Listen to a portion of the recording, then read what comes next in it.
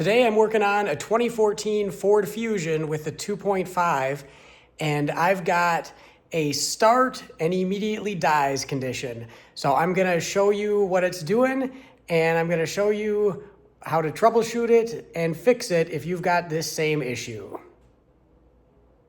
Obviously today is snowy outside, so can't really tell what's going on in here, but here is the problem. There's no check engine light on for this, and I'll show you what it does.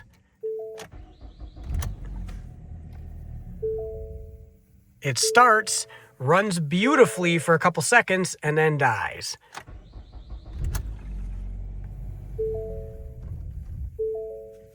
And it'll just keep doing that. Now, the only thing you can do to get it to run longer is get on the throttle a bit and rev it up. If I get pretty aggressive on the throttle, I can rev it up and keep it going. But then if we try and let it idle back down again, we'll see. Maybe it won't die this time. Doesn't change the problem. But I guess this time around it's idling. So I just wanted to get a good video of the symptoms and what I'm seeing here. And the key takeaway is that when it is running, it's running really good. So this, in my opinion, from the get-go was not a fuel issue, but we're gonna hop under the hood. I'm gonna show you what was causing the problem. After a little bit of poking around, this is what I did. And I've already been messing with this thing, as you might be able to tell, but what I did to confirm that this was the bad part, there again, I don't have any codes that are getting thrown, but right here we have the mass airflow sensor. And this is how something will run if you were to take this intake boot off, for example, and bypass the mass airflow. So the mass airflow would be giving incorrect data because it's missing out of the system, or if you just simply removed it but left it plugged in, the car would behave the exact same way. So what I'm going to do is, on the bottom, there's a little red tab. If we pull that out, which this one's already been pulled out, I can then press down and unplug the mass airflow sensor.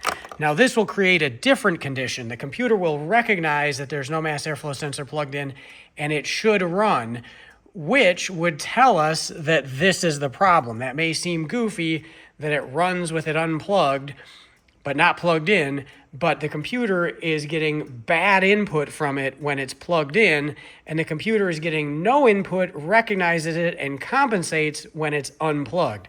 So we'll hop in and we'll fire it up again. Okay, now we've got it unplugged.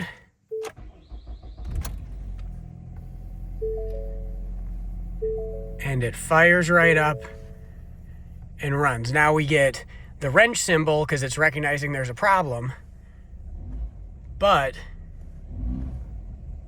it's running. So I'm gonna go pick up a new mass airflow sensor. Sorry for the fog here. This is not the camera lens or being out of focus. This is just frost buildup because we're in a cold car. I've got a replacement mass airflow sensor here that I picked up from the local parts store. I will link one down in the description. And now we've got a T15 Torx bit, and we're going to loosen up these screws that hold the sensor. And we've obviously already got it unplugged. We'll actually flip that out of the way. I've got those broken loose. And now, hopefully we can do it by hand here. Make sure you don't lose them. Set them in a spot where they're not going to fall down into the engine bay.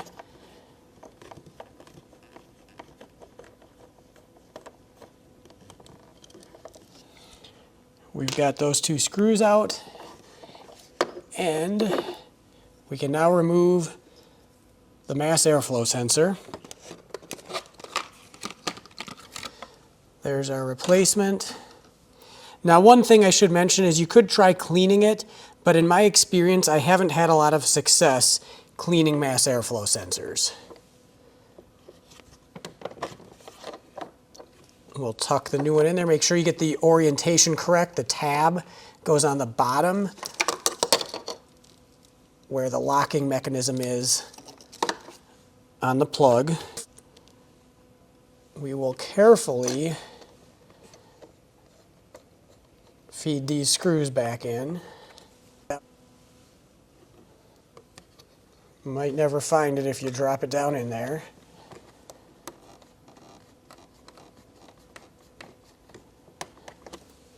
And we will just snug these down. Not a lot of torque required. And then we'll get the plug back up here, plug it in, make sure it locks on there, and then press in the red locking tab on the bottom. I'll keep you out here. I'm going to hop in and start it, and we'll see how it runs. And I would say that's a success.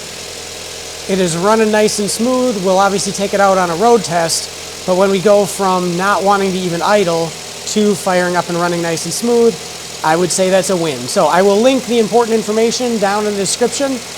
I hope this helps you out if you're running into the same, maybe hard to diagnose problem, and we'll catch you on the next one. Thanks for watching.